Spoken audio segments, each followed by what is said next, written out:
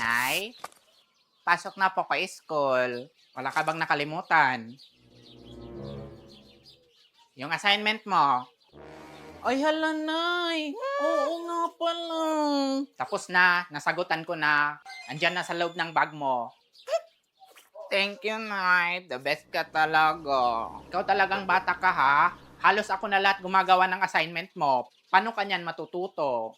Ang importante, mataas score, Nay. Hmm. Ay, Nay nga pala. Sasama ko kina Penelope. In-invite niya ako sa outing. Ay, nako. Ngayon pa talaga na-graduating ka na. Anak, wag muna. Sobrang delikado. Nay, please. Pag-isipan ko pa. O siya, sige na. Baka malit ka pa.